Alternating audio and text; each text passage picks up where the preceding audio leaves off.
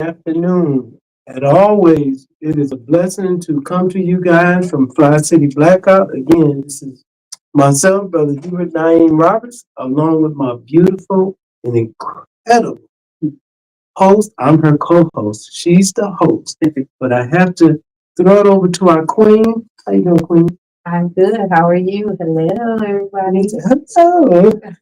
So again, we always want to make sure that we are doing some housekeeping duties. Again, to those that are watching this, we definitely want to make sure we're always inviting you guys and telling everyone good morning, good afternoon, or good evening, whatever your locale is around the world. We are anticipating that our conversation will go around the world.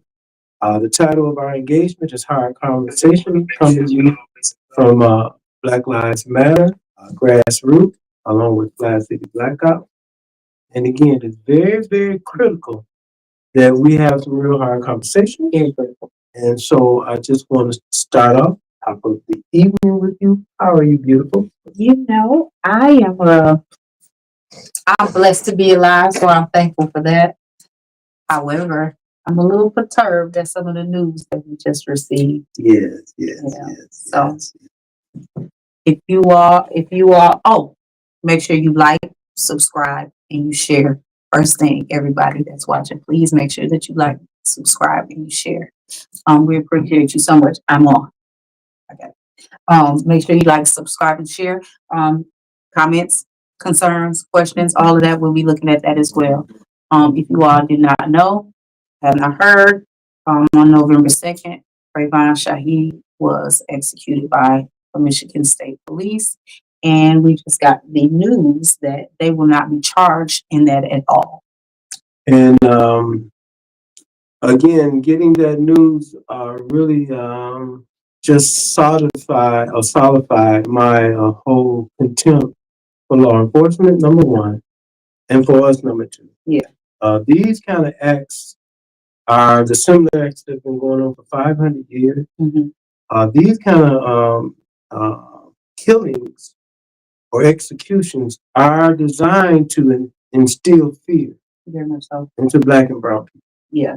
And again, on our watch, and to some degree, our watch collectively, as far as our community and around the world, this is something that we really got to work hard to bring these officers to some form of justice. My justice, personally, is they need to be executed just like they executed Rayvon, to be honest with you, because that's a hard conversation, right? It's a hard conversation because this country doesn't respect anything but power. And so since a lot of time we keep wanting to tap dance and we keep wanting to wear skirts as opposed to pants, and no disrespect to our women as far as but my meaning is we need to step up. Yes, we do. And so moving forward, we haven't heard anything from the lawyer. No, that's my knowledge. Yeah. Okay. Okay. And so I just been corrected. There has been a whisper from the lawyer. But on the front end, I felt that we should have engaged Ben Crump's office as far as got them involved from the beginning. I do feel that the family has been very negligent in some of their engagement with us. And again, hard conversation, sister. Because again, things like this, you can't play with. No, and I think that we were not as vocal as we should have been. The city was not engaged in it because unfortunately, so many people in the city still had not heard about it, did not know anything about it. And that's disheartening as well, because even if we put it on a poster, we share, we would rather share mess and look at mess and all the kind of drama as opposed to really dealing with the issues that are at hand. And so you share the mess and you'll deal with all that mess until it absolutely happens to you, right? And then you want everybody to be engaged and you want them to share and you want them to do all of this, but we all have to take care of each other, right? And I think part of that is a lot of what you always say is that people don't want to look at the history, because if you do, then you wouldn't want the police in your area at all, because they were slave catchers. Yes. Police were here as slave catchers. So if you look at the history of it, they weren't here to police and make sure that justice is served and things are right. No, they did exactly what they were designed to do, and that was to kill us, right? That they did that act that they did on November 2nd was exactly what they were designed to do. That is exactly what was. Yes, ma'am. That's the design. Not serving. No, that is the absolute design of it. So let's be clear on that. And that's a hard conversation to have. Yeah. And even though there are some of us that are in those positions that they are police officers, but we have to be clear that the whole making design of police were being slave catchers. And that's exactly what they're doing now. And what they were supposed to do, if they caught them, they killed them. Mm-hmm. Right? Right. That's exactly what happened. Right. So we have to be clear about that. And that's something that we are not vocal enough about, and we don't talk about that enough. Mm-hmm. We don't. And many times we have to go back and be honest about why we don't talk about, or why we don't move in those spaces. Because again, how many of us are willing to put our lives on the line? Because that's what it's going to take. And I mean, if you think about the stratification of income, or what do you have to risk? Most often people are doing the risk assessment. What is my risk assessment? Until you are faced with cancer. Or until you are faced with heart disease. Or you are faced with a brain tumor or any modality. A lot of times we don't, as you said, get involved until it's at our front door. And see, we at one time were very involved with one another. Absolutely. Before it got to the front door. Definitely, which is another reason why we need to be calling out the leaders of our community for not being engaged in that. So the leaders of our community absolutely need to be called out. They need to be called by name. They need to be, doors need to be knocked on. We need to be going to city council meetings and all of that and asking, what's the problem? Stand up. We don't need to be let me take that back. No, we're not asking. We're demanding. Demanding. It's not an ask. It's a do. And so we have to be demanding that. We have to be demanding that of each other as well. So we do a disservice about thinking that it's just about the leaders, but it's not. It's your next door neighbor. It's the ones across the street. It's the ones that you talk to every day. It's everybody. We all need to be involved because Rayvon Shaheed was our brother. Rayvon Shaheed was our nephew. Rayvon Shaheed was our grandson. He was our son. Our son. He's ours. He's ours. And we need to protect him. So the serve and protect should be for us Black people. We should be the serve and protect, not them. Exactly. We should definitely be there. That's critical when you say it like that. And again, our conversation, a lot of times what we want to be engaged in is moving the mission or the intent. Right. We're not wanting to just come on and waste time talking. We want to talk with purpose and with a concept of understanding of doing. Well, Brother Roberts, and also with that being said, and with you saying that we need to people be engaged and be in the movement, I need people to understand that, yes, like you said, you have to be willing to die for it, right? Just like they were back then. So understand that this is a war. It's not just a battle, it's a war, and it's a long war. It's not a short war. This is not a short step. This is going to be a long war, longevity. And if you think about who's in president, so if we think about even 47 and Elon Musk being in president, because let's be real, Elon Musk is right now running the country. It's not 47, right? And we be honest about that. Those are the things that we have to be in place. So we have to be protecting ourselves, and we have to take care of each other. So with all of that and all these executive orders, like what the executive order, we're no longer celebrating Black History Month. Give me a break. I'm Black every day, and this month I'm just real Black. And what's so interesting, and that's why history is so important, because Project 2025 took most of the language and the intent come directly from Stalin and Hitler. And even there's a Niam was a Nazi. At first, he was a Nazi sympathizer. He actually worked for Hitler for a time, and then he found out the truth about Hitler and what they were engaged in. He wrote the poem. It says, "I was a Jew. I was a Jew," or something like that. And they came for me. I did nothing. Then I was a communist. They came for me and I did nothing. Then I was a unionist. They came for me and I did nothing. Now they come for me and nobody to help me. And that's where we are. We are in a war. We are literally in a war. Just what's happening, what I've heard this morning about the NFL. And I'm so perturbed with them, House Negroes, because Trump have said he wasn't going to come if they had equity on the field. You know, all throughout this year, they said they was having equity or some kind of verbiage on the fields around the country. Yeah. And he said he wouldn't come unless they removed it. And I was told that they removed it. And see, that goes back to when you were saying earlier about fascism. And this is what is taking place because when you see people that are literally engaging and denying the truth, there has to be some kind of balance for that insanity. And that's where we at.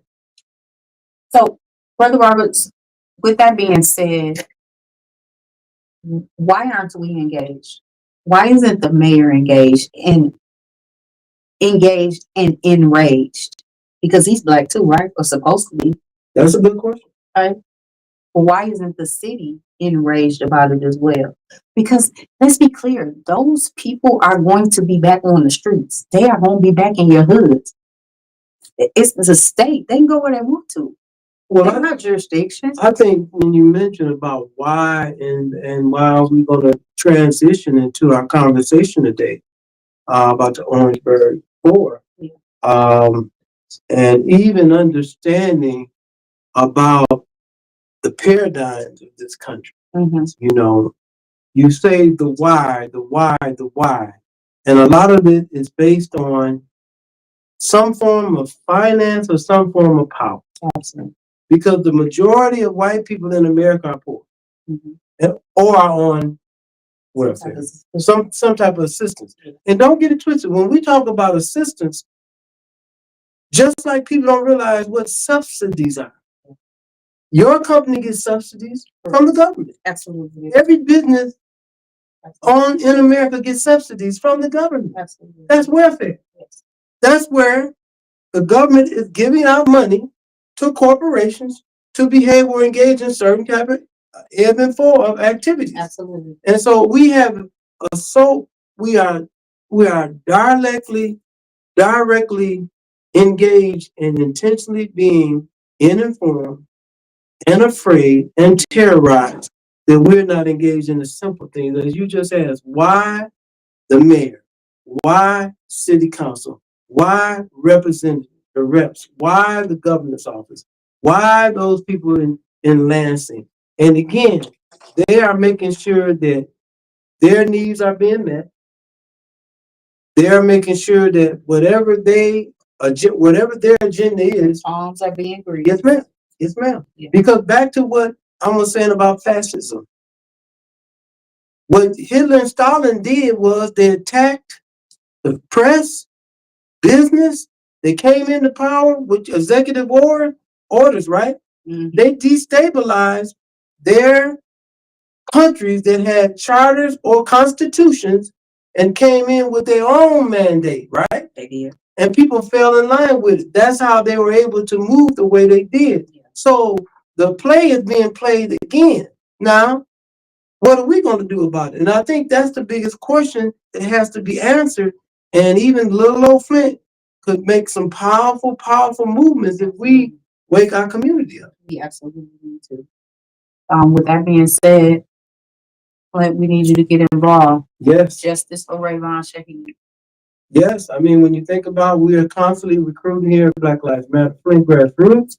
And again, it's these kind of things where we don't be waiting. We have to be proactive. Absolutely. About how we protect ourselves, educate ourselves, and making sure we're providing for our community with businesses. When you think about what is the number one business in Flint, Michigan right now, it's the funeral home. Absolutely. The number one business in Flint is Moon's or Shelton Banks funeral home. Mm-hmm. Yeah, you think about that. Yeah. So now we're going to transition a little bit into our Orangeburg. With that being said, today, on February 8th, 1968, the Orangeburg Massacre. Yes. An absolute massacre. Absolute massacre. Which started from 4 gentlemen that wanted to go bowling. And so they were, one of them was out of the military, correct? Yes, ma'am. The military. And he wanted to go bowling because he likes to bowl. And so he had come home and he said, I'm gonna go to the bowling alley. To the bowling alley. So he goes to the bowling alley and at the bowling alley, the owner said, like us. We don't serve your kind. We don't serve your kind. You can't bowl here. That's right. Right? Mm-hmm. And then he goes on to say, you got to get on up out of here. Quick. Because all these white people that patronize my establishment, patronize it, and I don't need your money. I don't need your money. Think about it. Now stop there. Yeah. You see what I'm saying? Yeah. They patronize. Yeah. And why do we patronize places and spaces that we're not welcome? Why do we force ourselves to be welcome in those spaces? Why do we? And again, when you go back, and those are some hard conversations which we have to have. Why is our mentality that we have to move where they live and be accepted by them? And be accepted by them. Yeah. And have to marry them. I mean, if you just seen what Saquon Barkley's girlfriend just said about him, and she's white, and I didn't know that she was white. I'm very perturbed about this young man. At first, I was a fan of his. Then I found out he got a white girl and got children by a clear girl, got children by her, and then she has said some very disturbing, ugly things. I don't understand why we continue to give them clear people a pass just because they have black children. They're not. We have to stop that. Absolutely. We have to stop that. Because why are we doing that? But here's the thing. Okay. That didn't just happen. No. She just got caught. Yeah, she just got caught. That didn't just happen. Oh, yeah. That's been a thing for her. Mm-hmm. Because that doesn't just come out of the blue, right? That's right. No. So she just got caught doing it. Mm-hmm. But he allowed it. He allowed it. And he was okay with it. And he okay with it. And see, that's the problem when you think about the Tiger Woods, the Charles Barkley, the Serena Williams. Yeah. See, it's that mindset, guys, when you think about our ancestors and our greatness, because it's all relative. So often we say, well, it happened back in 68, but 68 is 2025 in February the 8th. Today, the same thing about going bowling, feeling free enough, been to the military, didn't get killed over there, come home, I just want to bowl. And now my life is on the line. But guys, just put that in perspective. Mm-hmm.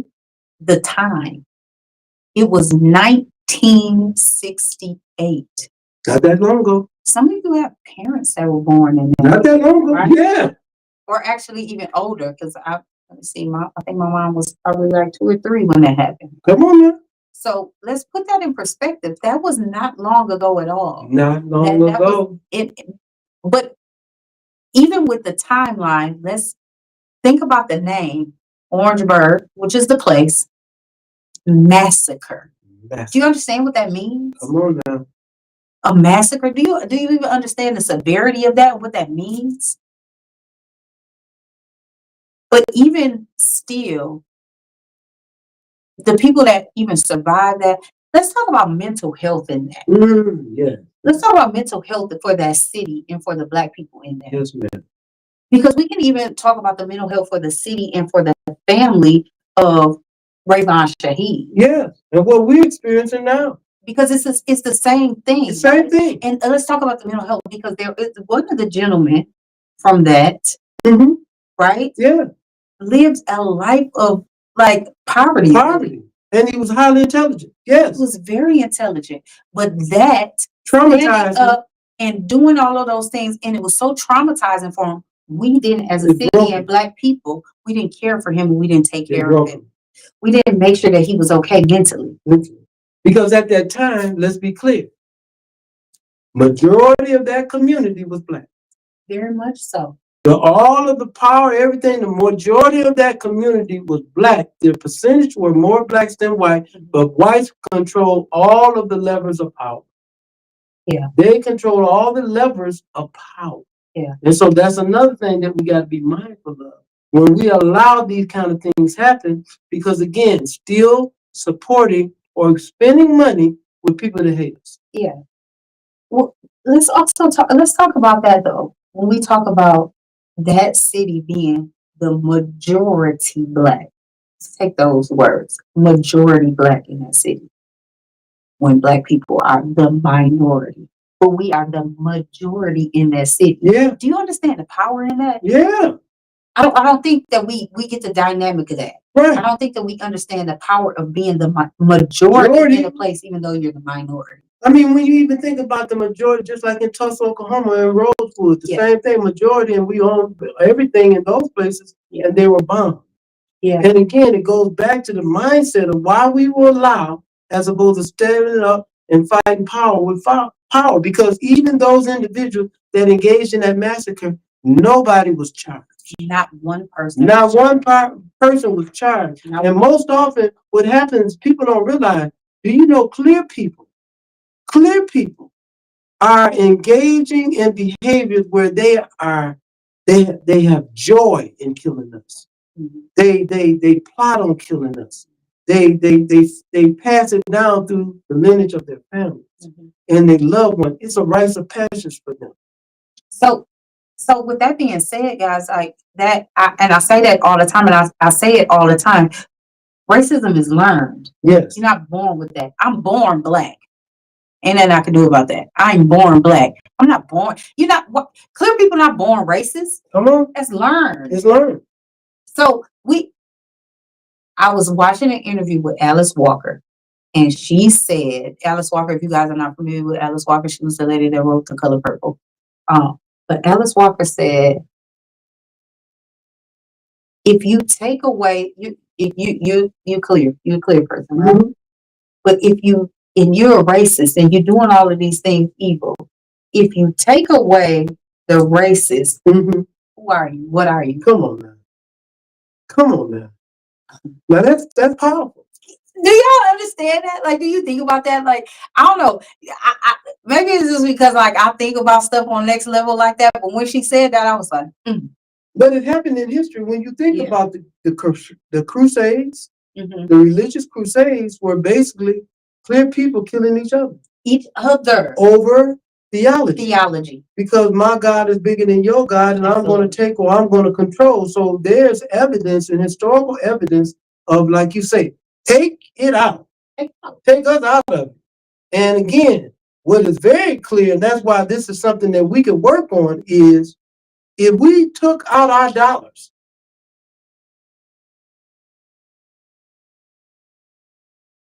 let's talk about that. Yes, ma'am.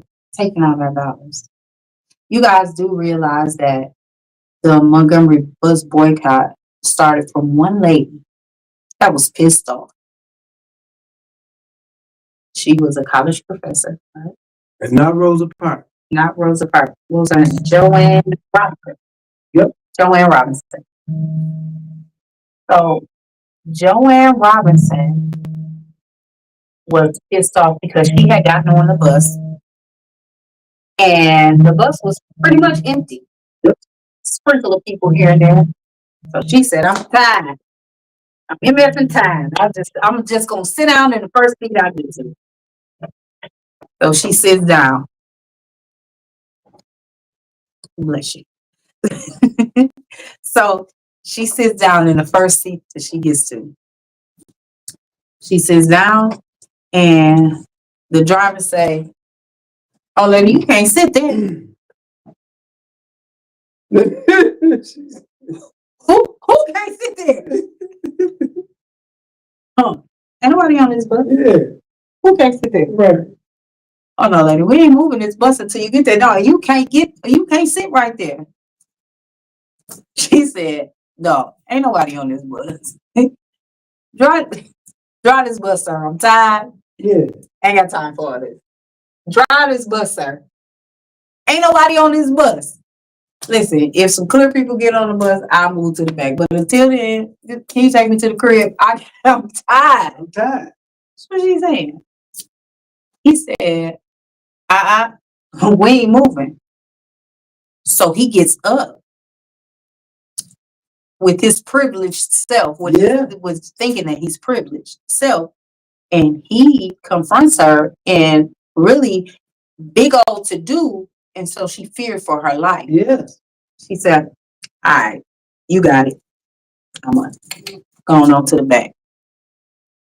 You got it. You got this. But we need to stop there because, again, that mindset to feel the power to manipulate a situation, which takes place with Rayvon being murdered. Again, the mindset to see a young man and those officers knew they could discharge their weapon based on power. Because A, he was by himself, no witnesses. Number one. Right. First of all, he's black. He's black. So no value. Yeah. So now it's target practice. Yeah. I'm hunting. Yeah. Because I can go home, have sex with my wife, eat and laugh about it. And I probably ain't had no action all day, so I'm gonna get some action right now. I got to. You know what I mean? Because now I see this young boy. Come on. Black boy. On the monitor. Wasn't missing. No. Come on now. So are we trying to relate? We're showing y'all the relationship to the bus. But let's even talk about where he was, because he was in a spot. You guys know where he was executed at? He was executed on, what's that? Pasadena and Detroit Street. ML King. ML King, they call it ML King now. I'm sorry, I'm from Beaches, so it's still Detroit Street to me. But MLK. And so you know where that cleaners used to be? What did it used to call, like bowling cleaners or something like that? Boy, what's cleaner? Right there, that building right there. And so, you know, like it's a little field and like a little like you just boom right there to that street by Shiloh Apartments, right? And it's right there. So it's like not a whole lot going on right there. So it's like really nothing there. So they kind of cornered him in there, and that's where he was running to, and that's where they executed him at. So it's not a whole lot going on there, because remember at that time when that happened, that was November 2nd. November 2nd. Come on. We just got this doctored camera footage on February the 7th. Come on. And that makes sense. Young had that up. Doctored. But butchered. Cut up. Yeah. Footage. Cut up footage. Yeah. Intentionally. Because again, that goes back to, have we started with Crump's office, I want to make sure we tie this in with our conversation. Absolutely. Because again, when you get forensic in there about, I need this forensic camera from these body cameras, right? Yeah. But again, that don't give, because if you look at the length of time, that's what they've been doing. That's exactly what it is. That's what Dan and Nelson officers have been doing. They are in cahoots. They're not working for us. They are in cahoots with the state police. Yeah. Because again, you got to think of, they are the Gestapo. They are established volunteer agents. They are coming into our community to kill, steal, and destroy. That's their mission, to protect white property, and they continue to feel that we are white property, just like with the sister on the bus. So we're trying to get y'all to see, so often y'all sitting there about, little old me, what can I do? Little old me is part of we, and we got to start stepping up as far as what we can do. Yeah. So I just want to put this in context and how different but similar the situations are. Yes. Right? So when that lady, Joanne Robinson, I don't want to not use her name because she was a staple. She was a powerhouse, and she's one of our ancestors. And I am very appreciative of her because of this.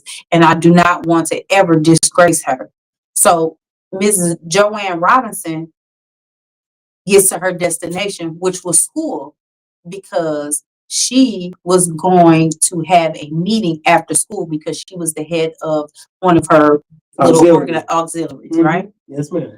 So she goes and she gets in there and she like, whoo. And the lady's like, what? You all right? You look a little frazzled. You okay? Yeah. You right? No, I had an interesting day. Girl, you cool? Like, what's happening? I'm not cool. She said, no, I ain't cool. I'm a long way from cool. Let me tell you what this sucker did to me. Yeah. So I get on the bus, right? Ain't nobody on the bus. Nobody. Ain't nobody on the bus. It's maybe one or two on the bus. They ain't thinking about me. I sit down because I'm tired. I don't walk. I'm tired. Yeah. All day. He gonna tell me I couldn't sit down. But ain't nobody on the bus. Come on now. Why I can't sit there? Come on now. So I'm saying to him, like, bro, just drive me where I need to go. Like, ain't nobody on the bus. Like, let me just make it. Right? We all right? Yeah. He said no. So he gets up. Yeah. Want to do me harm. So I said, you got it, bro. Yeah. Okay. I want to live. You got this round. Yeah. You got round one. Don't worry about it. Don't worry about it. You got round one. I'm going to just go on and to the back and I'm going to get where I'm going, right? Yes, ma'am. So now I'm here. The other lady said, you know that happened to me the other day. Yeah. Other lady said, girl, it happened to me too. Other lady said, girl, it happened to me too. She said, hold up. Time out. We ain't about to take this shit. Now stop there. All of them experience some of the same thing, right? Mm-hmm. Probably that same driver. Let's just say that. Probably Or those like him. But they were all going to the same place, remember? Because they're going to that place. So, so it's probably that same driver. But okay. But even if it wasn't. So my point is, we have been experiencing the intentional murder of Black and brown people for 500 years. Mm-hmm. The same thing analogy using with the bus and sitting around talking about it. What have we done? Mm-hmm. Other than marches, complaining, and marching. But what have we really done? Have we done that? Because we haven't even sat around and talked about it. Or analyzed.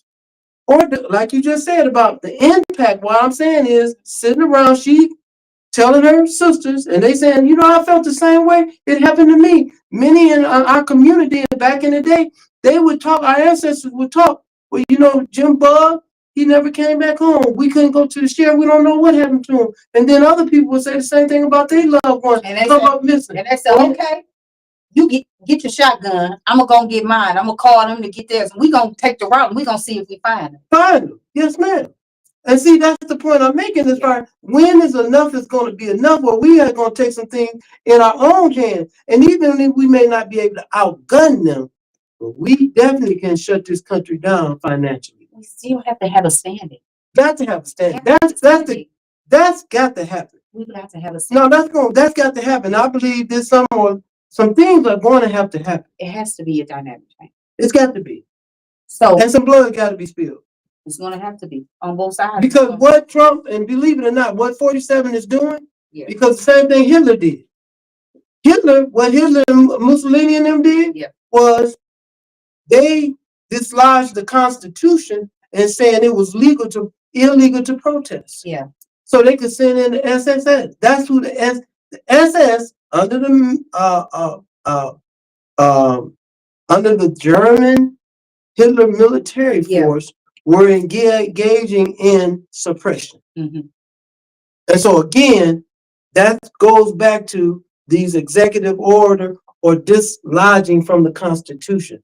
He's already committed a treasonous offense by allowing these people that were convicted out of prison.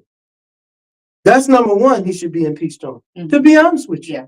But when you have the House and the Senate and the presidency, this is what tyranny looks like. Yeah. Go ahead, sister.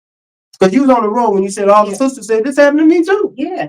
And why I'm hyping this up is we have been seeing Black and brown, our family members being murdered and choked to death on television. Yeah. For years. But are we continuing to see that? But now they're just using a different thing. They're not hanging them anymore. Yes, ma'am. Yes, ma'am. They're watching body cam footage every day. And body cam footage was supposed to hold them accountable. What is that doing? It's just giving entertainment.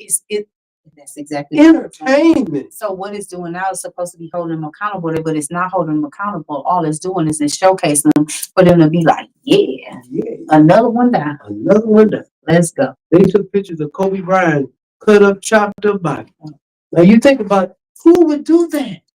Back to the conversation, the higher conversation. Somebody took pictures of those people on that helicopter crash, his children and other people, and they passed it around in the sheriff department out there in California, Satara. They did.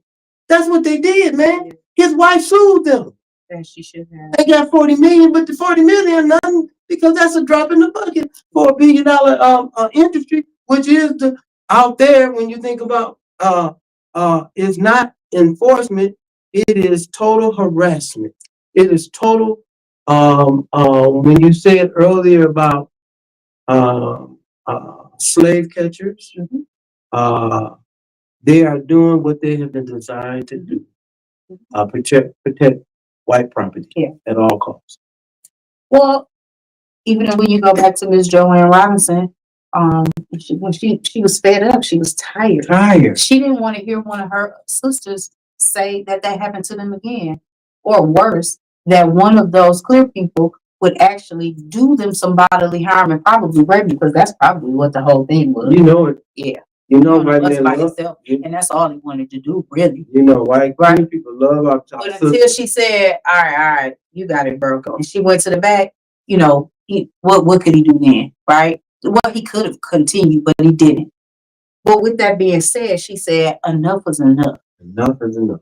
And my grandma used to say, enough is enough, and too much would make a dog sick. That was what she used to say. She used to say. But that's what Miss Joanne Robinson said. She said, enough is enough. And we got to do something. And I think when you said that your grandmother, that analogy, too much will make a dog sick. Mm-hmm. And I think that analogy goes for us as Black people. Yeah. In America. Yeah. Because we sick. We're sick and tired. But not sick and tired enough to do something. Now that's the problem. But she was. That one lady was so tired of it that she did. She said, I'm called. You know what? Let me get on this phone. Mm-hmm. And she called, what was the lawyer's name? Starting with an E. Y'all research it now. Yeah, we ain't gonna do all the work. Yeah, yeah. But she called the brother, right? Called the brother. He's a lawyer. Yeah. And told him what happened. And she said, listen here. This is what we need to do. All us colored folks need to stop riding the bus. This is insane. We got to stop. We got to all come together and stop riding this bus. And if we do that, that's gonna force their hands. They got to be, and they got to stop this mess. Come on. He said, you know what? Huh. Yeah, that's a good idea. We're gonna get behind that. Hold on, I'm gonna call you right back. Let me call. So he called the other brother. Come on now. The organizer. Yeah. Right? Yeah. Brian Westbrook. There you go. Call him. Yeah. And he said, hey, you know what? Sister Joanne Robinson called me, and you know, she got harassed on the bus, and some of the other sisters did too. But you know what she talking about? She said, all of us need to just stop riding the bus. We just need to boycott it. Just don't ride the bus at all and shut the city down. Just shut all them buses down. He said, you know what?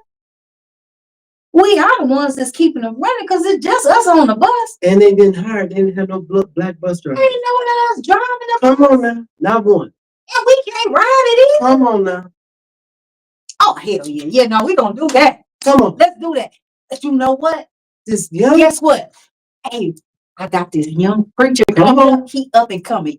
Brother Bad. Fire. Hey, you ever heard of him speak? No, who was it?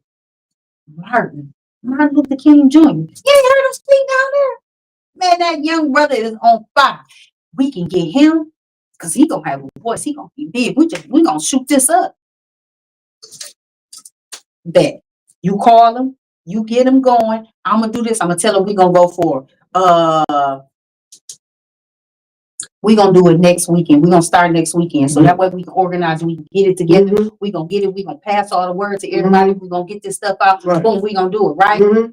Y'all, that's how that started. That's exactly. No cell phone. That's how it started. No cell phone. Listen, I'm embellishing on the conversation, right? Making it relevant to y'all, right?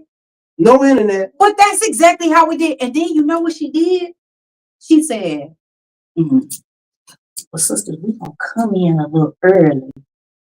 Or we can stay late.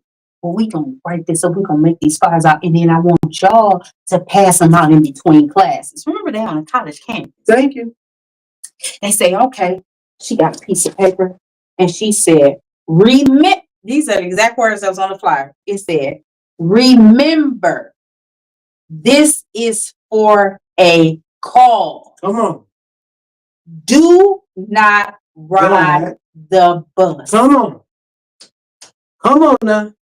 That's all that was on there. That's all. There wasn't no pictures. It wasn't in color. Come on. Handwriting wasn't the greatest. They made all of them copies. All of them sisters was passing that thing out. Come on. All during there. Baby, y'all seen what happened? Well, we only seen, because this was the only thing that just showed us, we only see it this little short time. It wasn't a short time. How many days was it? 386 days. 386 days, they said. Every time the bus went by. That's what they did. That's what they did. They didn't ride the bus. Come on. For 386 days. You know? And then They started. Do you know they started the first ride share? Come on, first ride share. They would have wasn't the first ride. That was the first Uber and Lyft. Come on, first one. Because they started doing that because some people did have cars. Yeah. But even more than that, though, there was some clear people that helped that too. Yeah. Right? Mm-hmm. There was a. Y'all got to look it up now because I can't remember all the names. Again, with our conversation, we want you guys to look up and verify. I want you to look it up. Let's talk about the. But there was a white man. Mm-hmm. He was a preacher. I believe he was a Lutheran preacher, and he was sick of it too, and he volunteered his time every day, and he took the exact same route as the bus, picking and dropping up colored folks. And tell them where most of those colored folks were going. Oh, there was a lot of them. They were going to work. They were going to colleges. But they were domestic workers. Yes, they were going to the white folks' house. Come on now. Don't leave that out. That's powerful because here's this white man driving all these black people to the white man's house to clean their house or to care for their children. Now that's real talk, y'all. And the same thing is happening today. We continue to carry the bucket for these clear people, and again, we are continuing to be destroyed on a constant daily basis by us not stepping up and being 10 toes down and saying we're going to do something about it. So now we can't have the Flint police to man the city of Flint. Mm-hmm. So now we get the state police to come in because we don't have enough. Crime is so much. But if you so here's the thing. But here's the thing with that. When you have a problem, when you have a situation, if you work for a big corporation, I work for quite a large corporation, but when you have an issue, whether it be a quality issue, a safety issue, or whatever type of concern it is, the first thing that when you deep dive you can do like a 5 why. Why? But those 5 whys get you to the root cause. So what is the root cause of all of the catastrophe that is happening in Flint? What is the root cause for all the crime? No jobs and all of that. That was one right there. No jobs. General Motors left Flint. Left us destitute. Because we were banking and dependent on that, right? That's the biggest root. But why did they leave though?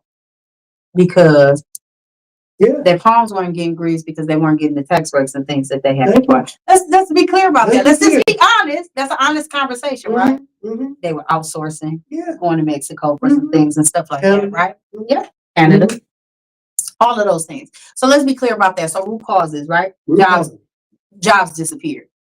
So now people are either moving, been forced to retire, took a buyout, or they just were like, dang, what are we going to do? So now we got some of the older people, the matriarchs and the patriarchs of families that are leaving because they're following their jobs, which is how they got here in the first place. They were following that job. So then they followed it again, right?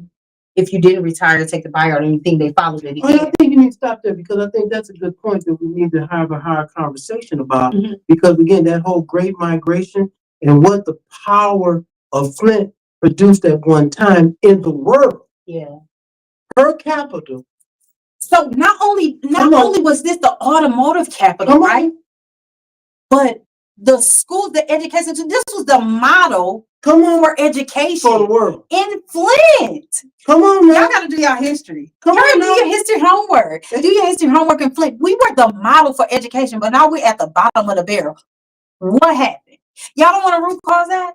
Y'all don't want to understand how that happens or whatever. Like, I don't even understand why you don't even want to understand how that happens. Yes. Because that's a thing. That's a real thing. If we were the model for everything. How do we innovation? So how do we now need a model? Come on now. Creation. That doesn't even make sense to me. It doesn't make any sense, and that goes back to intentionally being insane. Absolutely. Because again, it's all 3-card model. Yeah. I can always hide it from you because I keep you distracted. Yeah. And so we've been heavily distracted because they keep moving the goalposts, if you want to use a football analogy, right? And where we messed up ourselves, though, we didn't double down on us staying put, even when they was getting engaged and wanting to buy up and all of the mess that they were putting into our community. Had we been more collectively and laid down in front of those bulldozers and not let them break up St. John. St. John still be here because all we had to do was do this. We ain't moving. We ain't moving. We ain't moving. The white communities did that. Yeah. Because first 475 was going to go through the east side, over there on Franklin, all over there on Door Highway. That's where they first had designed it. Maybe that's what. Then they said the black community. And again, all across the country, because that was intentional to break up our community, guys. And so we had. Because it was so strong. Do you understand that? Like some of you that are watching, like, do you understand what St. John's was? St. John's was a community, a black community that had everything and resource itself. Resource itself. Think about that.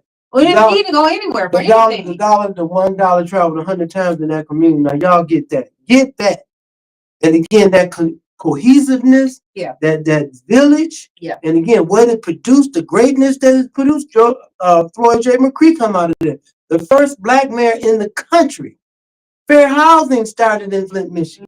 Fair housing started in Flint in 68. So you think about it, why they massacring, killing us. They're being massacred. But then, let's not take that word out. Not massacre. Come on, let's take it serious. And then over here in Flint, Michigan, because you got these people that are progressive and got some things where they're working together, it shows you that people and clear people with right mindedness can work together to make something happen. Absolutely. And again, that's something that we have to be clear about, because the whole concept people miss is, how did it get like this? How did it get like this? And why is it like this? And with that being said, do you all want a root cause? Because I want a root cause of why we don't care anymore for each other.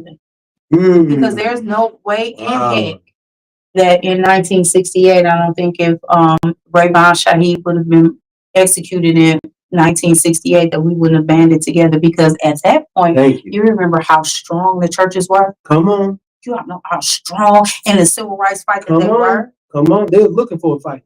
Baby. And they were stomped down. Come on now. Real talk now. Real talk. And so were the communities. So were the black political leaders and the ones in the, because here's the thing. They weren't putting you in that position if they didn't have no faith in you that you're going to do the right thing. Because they said, hey, Brother Roberts, we gonna get behind Brother Anthony. Come on.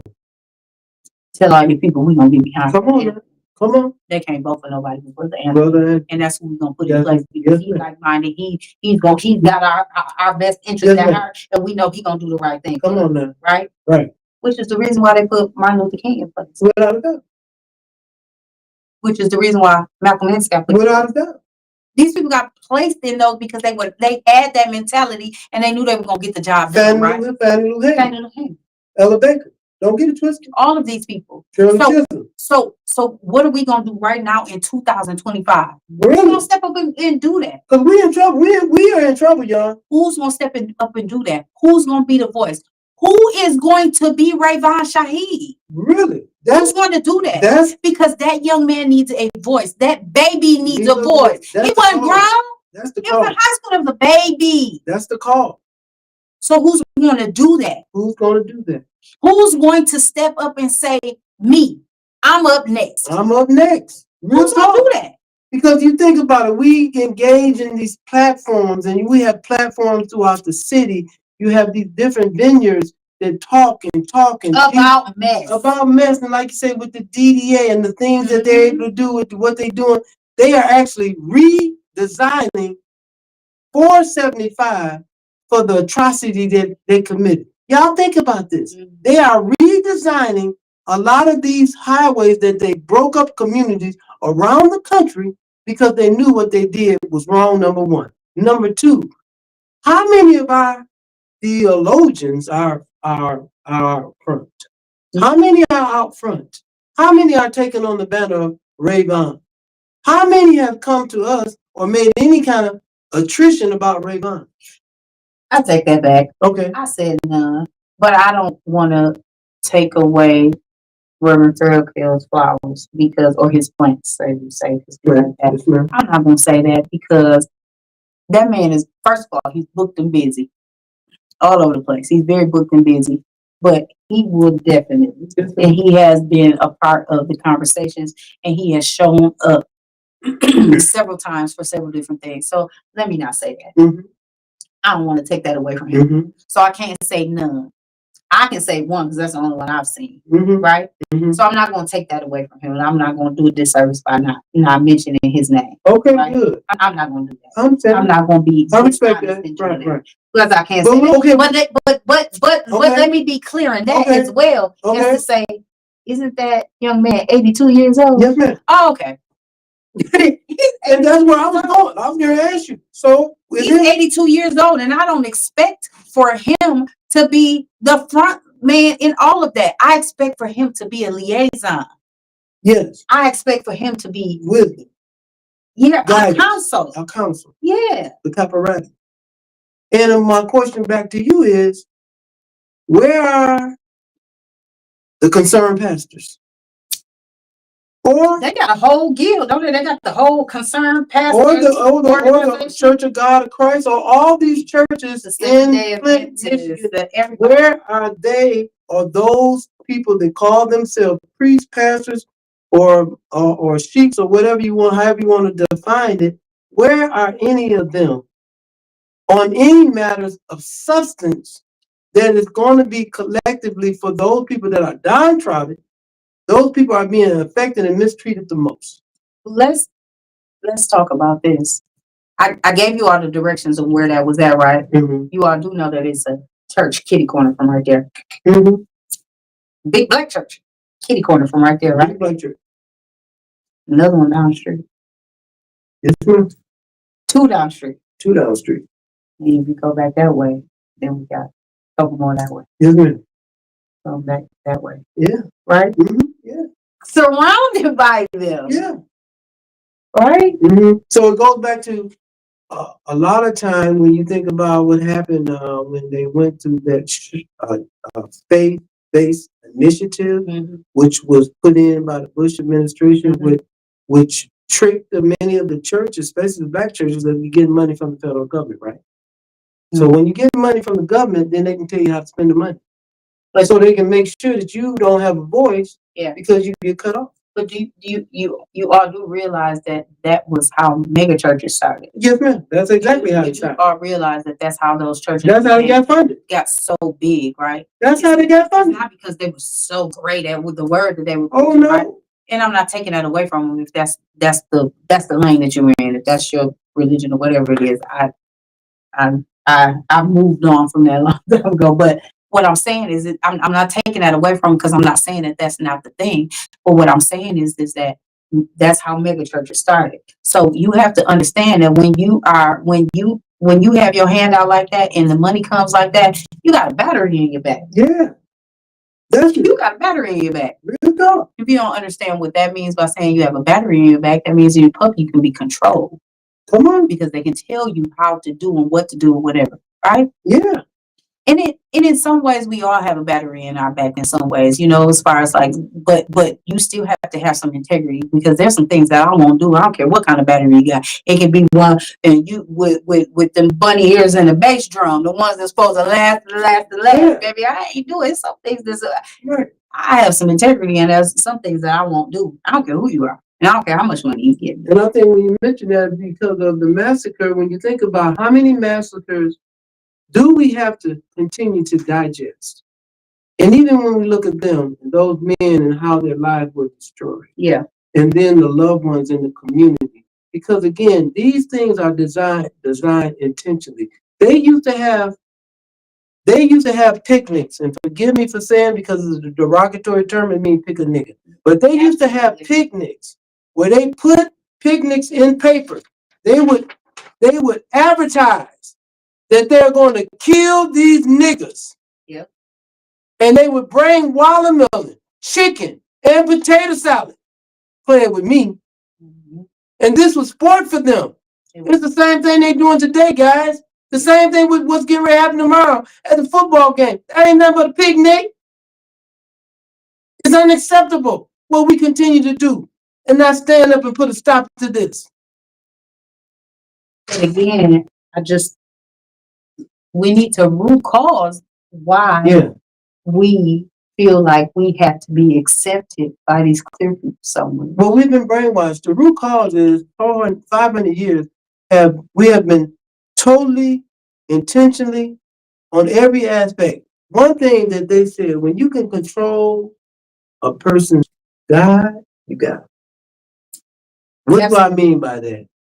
The image in many of our churches, even today, they got a white Jesus.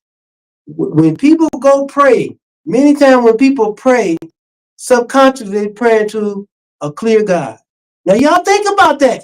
But have y'all researched that though? Do you know that, like where the image of Mary and Jesus came from? Come on, man. Have you all researched that? Like really researched that? It will behoove you to use Google Scholar or yes. Google because this is the information age. There has been no other time that the information has been readily at your fingers than it is right now. So when I was coming up, and I would ask my grandmother a question. And so my grandmother and my grandfather, my grandfather was he worked at General Motors, they paid him real good money to work there, Yeah. And so I had the luxury of having a complete set of encyclopedias. Britannica. Britannica. Yeah. So when the dark orange or dark red. So ours was that dark reddish burgundy. Oh yeah. So we with the gold right. Okay. Yeah, I had that in the hallway in a bookcase. Look at that. So my grandmother, which is I've always been an avid reader, but that was one of the things that got me into reading nonfiction and understanding and looking things up and seeing it for myself, because my grandmother was very adamant saying, "No, you need to know it for yourself." Thank you. I'm not going. We can talk about it after you did your research. Come tell me what you found, and we'll talk about it, and I'll fill in the blank. What you did.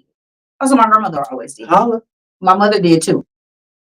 And so I had to go get an encyclopedia, and I had to think about what it is, like what I was gonna look for. And I would go and I would look it up in the encyclopedia and I would get it. Well, at that time you gotta remember that all things weren't in there. So there was some things that I didn't get. So which is now, so when I start researching now, because it's so readily available and it's bigger now, I'm down a rabbit hole. And by the time I done started at one thing, I done ended up in 40 different other ones. Yeah. I got this like stack of papers. He and I talk about it all the time. I go down rabbit holes all the time. Anyway, I say that to say that you all need to know. Don't just take my word for it. I'm not going to lie to you, though. I'm not going to tell you no lie. I'm not going to tell you anything that's a lie. If I don't know it, I won't talk about it. And I'll tell you that. Right. I can't speak on it because I don't know too much about it. But let me research it. Now I'll circle the block and we'll talk about it again. But I just think that you all need to look at that and just understand it. And I think that will make you understand a little bit why things are the way that they are. Mm-hmm. How we've been controlled the way that we've been controlled. Yeah. Because, even if you watch Friday when he said, I got mind control over Debo. That's how they got mind control over Debo. They introduced the Bible. They wrote it. And if you look in there and those things, it's in there. Very clear. That says that. Oh, yeah, it's in there. Yeah. I don't know what scripture, but y'all Google it, y'all can find it. I ain't that great at that. Like, I ain't no Bible scholar, but I know some things up in there. But my point to that is that if you really research it, it'll make you rethink some things. It'll make you deep dive and assess it. Well, if you are conscious about who you are, then it'll make you. Thank you. That's it. If you're conscious about who you are, because even with information, most often people refuse to research information because they have to be held accountable. Or they get it and they just brush it aside. Again. But if you're conscious of who you are, mm-hmm. then it's going to make you do something. It'll affect you in a different way. To take action. Yeah. Because as you mentioned about the massacre, and people don't put it into context. We continue to be massacred on a daily basis in Flint, Michigan. Yeah. From the water crisis. Yeah. From the educational system. Can we talk about that? Because it's been almost 11 years, right?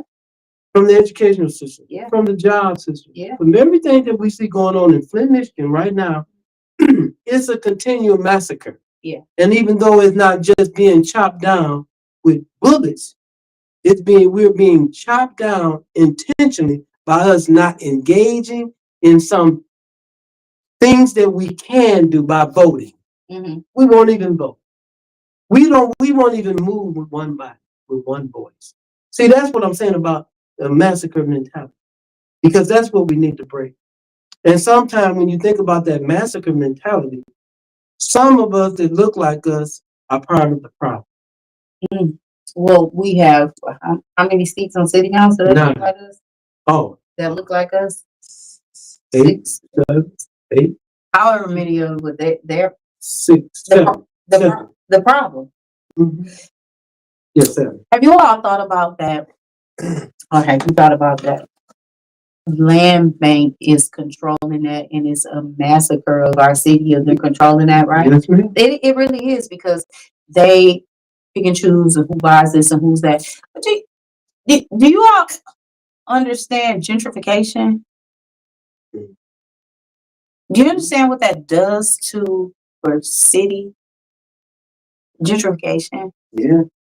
Let me tell you something. I was driving down the street, and when I was driving down, was I on Sloan? It might have been on Sloan or whatever, which is, we done integrated all that.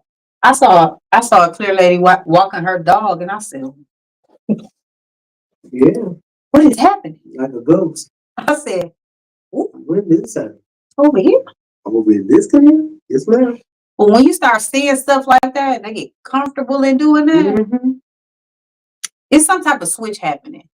So I know it looks pretty and it looks nice, but it's at a cost. Is that a cost? A very high cost. Very high cost. So you do realize that they'll give you a couple dollars to move you out of there, right? Come on. And then they do it all up, make it all pretty. But then they jack the price up so high because they don't want you back in there. Because they know you don't make enough money to come back in there. Mm-hmm. But you do realize that we could make it look just as pretty or more pretty if we just take some pride in our things and we take care of it ourselves from the beginning. From the beginning. They always, people love to do relationship things and talk about relationships like the grass ain't greener on the other side. And it'll be green. My grass would be green if I watered it on the side. You damn right. But it'd be green at your house too if you water that. Not just in your relationship. Holla. I think that's true.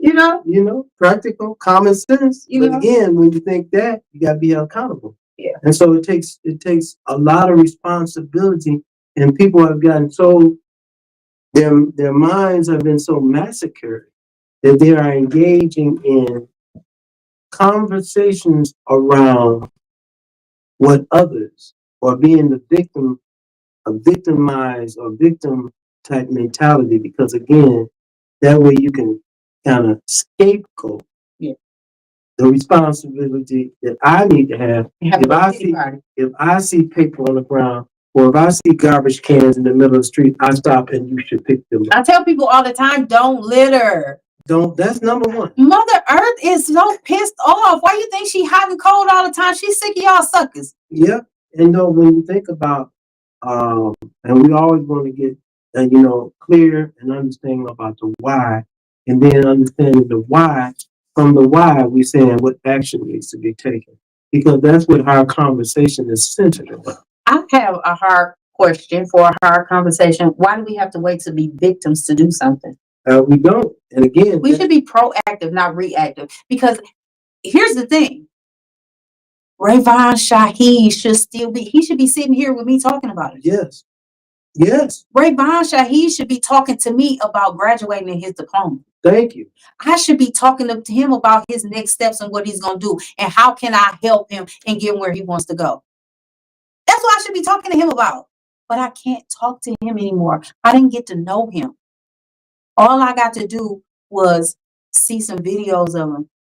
He looked like the sweetest kid. Mm-hmm. He was such a handsome boy. And I keep saying boy and kid because that's what he was. I don't care how many times they say he was an adult. He was not. He was not. He was not. He was such a handsome boy. He looks like such the sweetest boy. He loved his family. He loved his brothers and sisters. He loved his mom. Yes. He was ours. He was ours.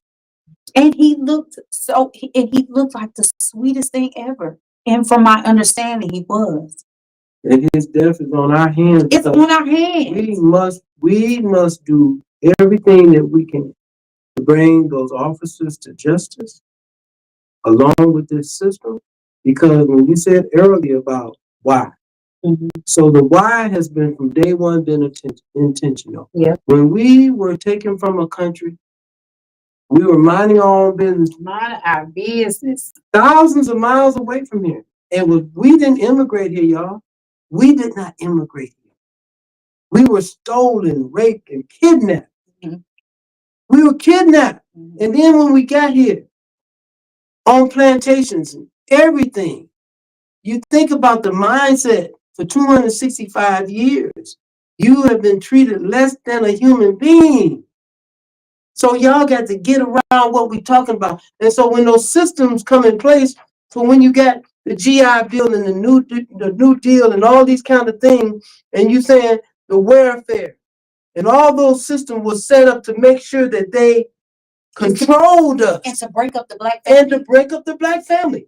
That's what those things were designed to do. Because if you went on that man couldn't be in the house. Couldn't be in the house. That was the way that you could. That was the only way that you could get it. Y'all saw Claudine. Y'all saw Claudine, right? The movie. They might not have. But the point I'm making is, you're right, sister. Again, those things. Even when you think about the GIB, those men and women went to war and came home and couldn't take advantage of that, sister. They couldn't buy a house. And again, when you think about the ghetto, the first ghettos in this country were not black ghettos. We weren't in the ghettos, y'all. No. The whole term in ghetto was not from black people. Again, that's a European construct. That's not our construct, guys. Because before we were brainwashed, whenever or whatever places we were in, we made sure that our places were livable, our places were safe, even when we lived on those plantations in those shacks. And it'd be 14 or 16 of us in one room, not 3 different rooms, one room. Well, you even think about how you grew up. You had a lot of brothers and sisters, and you all lived in a small house. My dad was one of 6, all boys, and it was a small house. It was only 3 bedrooms in that house. It was 6 boys, plus my grandmother and my grandfather. Come on now. I remember going over there and how we all piled up as grandkids, and there, like everybody was there. Everybody, everywhere. We were all there, but we were happy. And again, and so the concept, we want to make sure that in our conversation and what we are asking any of us to get engaged in doing, guys, is that we want to start developing actions. So one of the actions, if we can leave before we leave our conversation, is we want to make sure that we're having a hard conversation, but we want conversations that's going to encourage and motivate us to take action. And so right now we just need some accountability. Yes, some accountability. Ray Vonshaw, he deserves accountability. Yes, ma'am. You know, and even in that light, what does that look like? The family does have a lawyer. There's some things that need to be doubled down on and checked on in that area. But for the bigger picture, again, we want to make sure that we are asking our community to get involved in your little space. Whatever you may be, and I know sometimes you guys feel whatever age you may be, as far as I don't want to deal with children, or I'm young, or we got all these other things going on. You know, in our culture, everything was flowed together. Because everybody has a lane. Everybody has a lane. Everybody have a responsibility. You said something the other day that I think was profound. You said, what would our ancestors think? What would our ancestors do? What would they do? With all the things that are going on right now, if you just look back in history, which is why I encourage you all to take a look back and look at it, what would they do? They would not be standing for any of this. Any of this, yeah. They wouldn't be taking any of this. Any of this. That was such a strong movement. But what happened is that we allowed the clear people to come in and pacify us with a few dollars and some programs and some things like that to make us feel like we were accepted and it feel like that we had made it at that point, and we dropped the ball and we didn't continue to do the work. I mean, That's what happened. and you know, and I have to throw this in there because this look what sickness look like.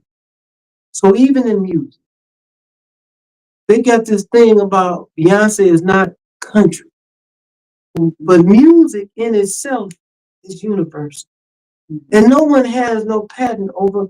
So I'm just saying for the community to think about how can someone say that you are not authentically whatever you may be, however you want to express yourself musically, but if that's how you want to express yourself, you have a right to express yourself because everything is rooted, when you think about it, everything is rooted in some form of blackness.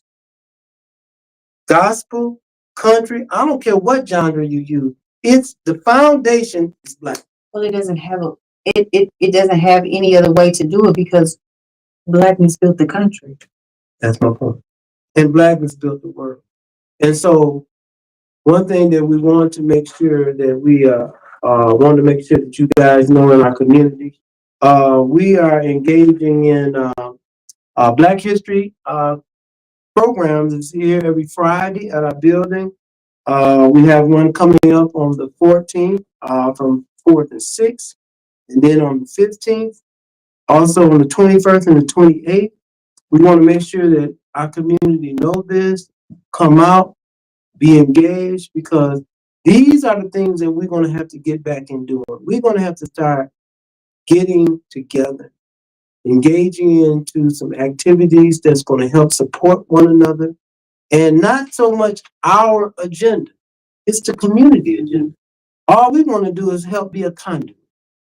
So again, we want to make sure we encourage, we're trying to recruit, get people that want to come in and be involved, the community business, meaning being a servant.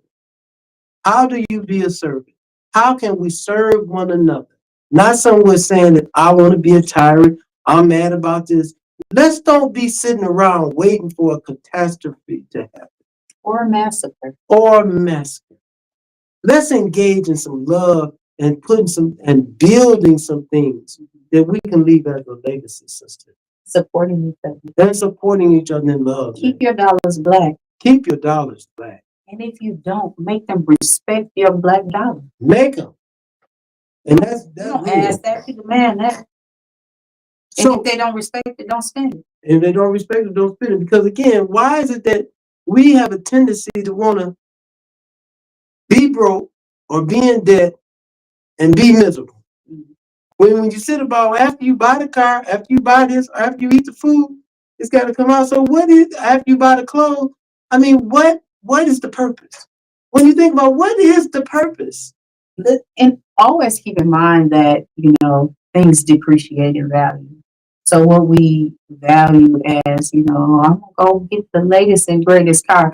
But you got to remember that in a few months, another one is going to come out. So it's ever evolving, right? Mm-hmm. And so just remember, as soon as you drive it off the lot, it depreciates. Right? So just remember those things depreciate, but we don't depreciate. Our value within each other should not depreciate. The love that we have for each other should never depreciate. It should never continue. No.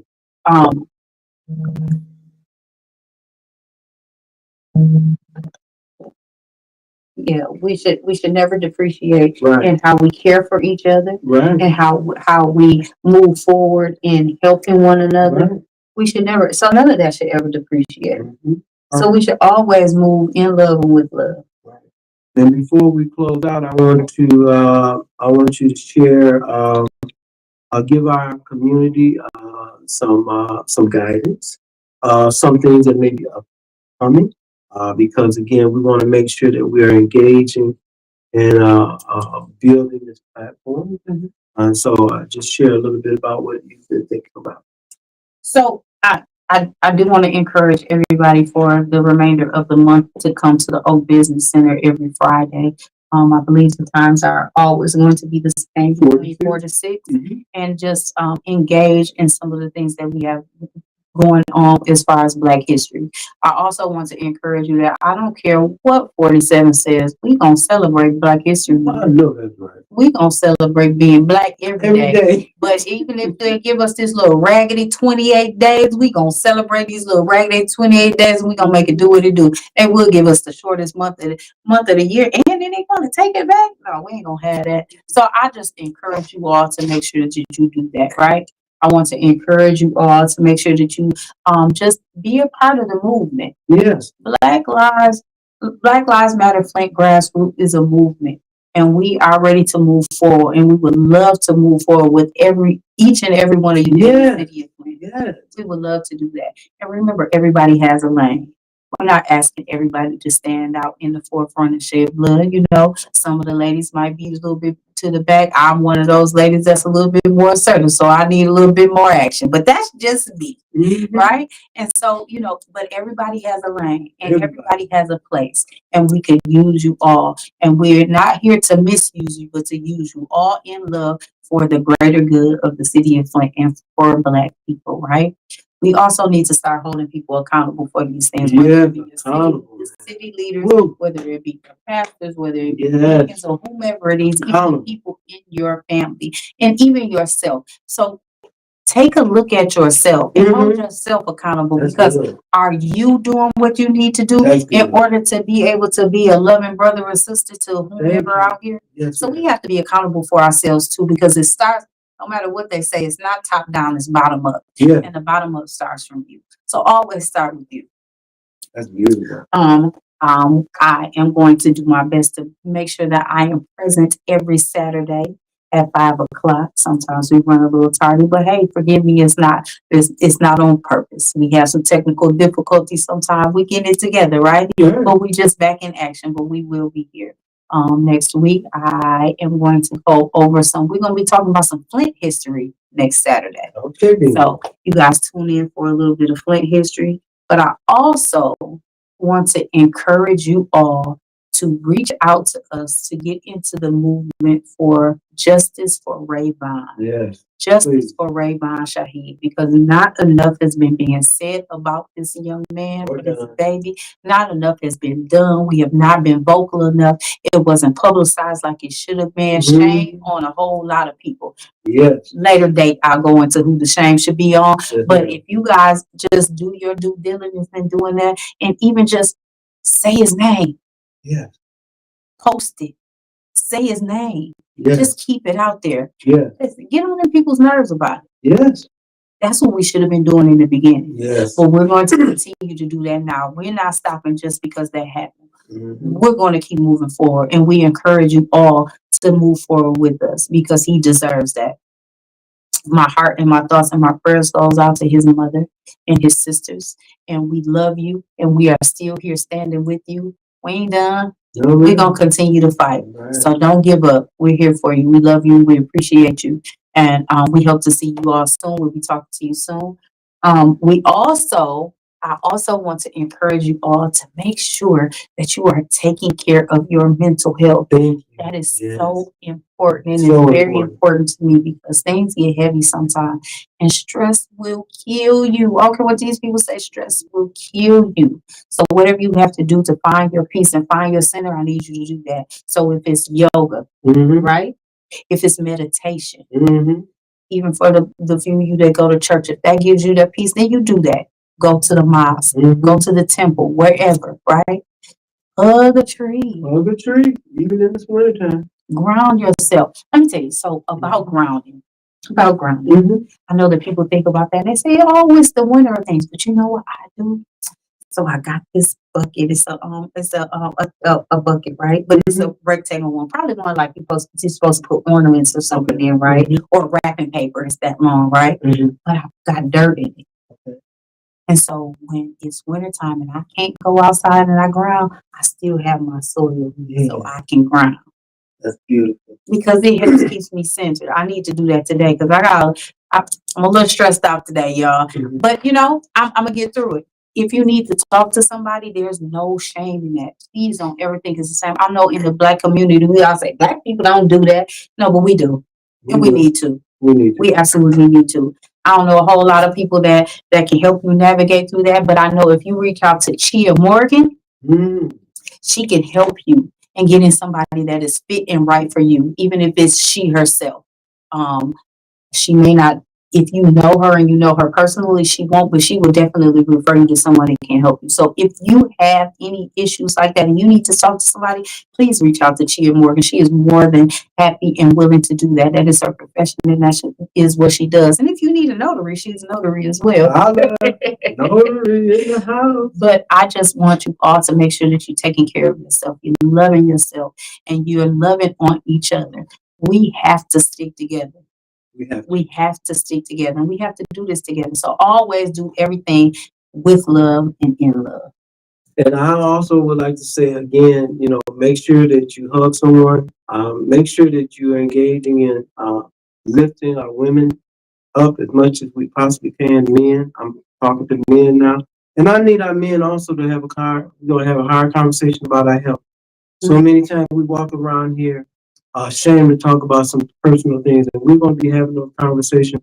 But I'm imploring the men and women or anyone that's listening to my voice, we need to make sure that, as my sister said about the mental, but the physical also, and be conscious about asking your brothers and sisters about their health and how they're doing.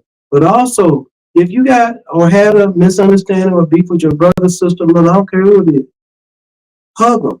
Tell them you're sorry. We need to be engaging in some selflessness by engaging in forgiveness. It's okay to be the bigger person. It's okay to be the bigger person, but we must be acting out in that fashion because that breeds community. And also, I definitely want to encourage us, the people listening to our voices. We always want to leave you with a song and a book. I want you guys to look up Benjamin Banneker. I think that'll be someone for you guys to look up. And then the song that I'd like for you guys to consider checking out this week again, Guns N' Roses, uh, November Rain. Please, always be engaged in something that's giving life, a book and a song.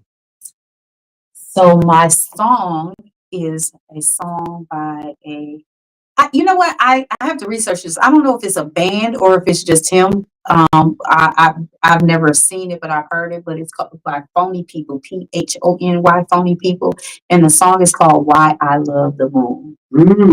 Y'all hear that? Yeah. What's up? It's one of my favorites. So what I'm reading right now, guys, I'm reading several books like all the time.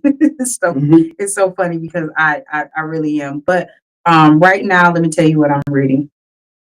I am reading. I have been on I was just talking. Who was I just talking to you about? You don't remember? No. Actually, you know what? No, I know what I want. I want you all to read The Coming.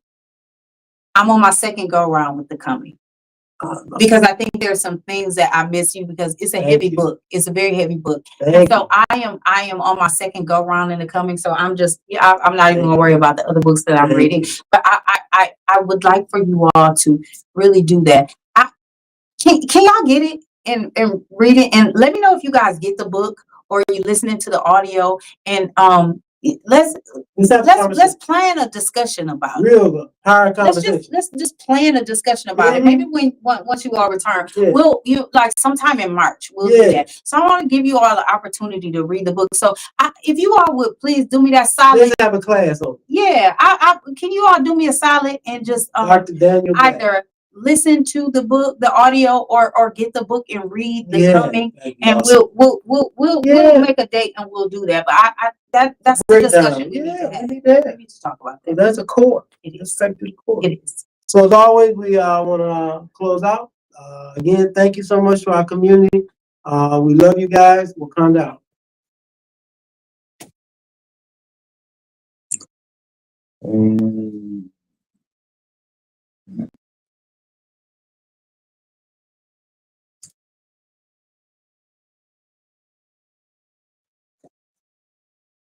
Did you get a chance to look at the I think we're still on, guys.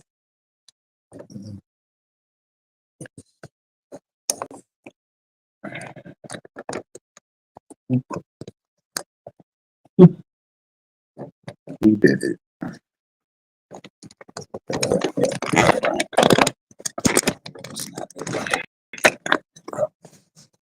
All right.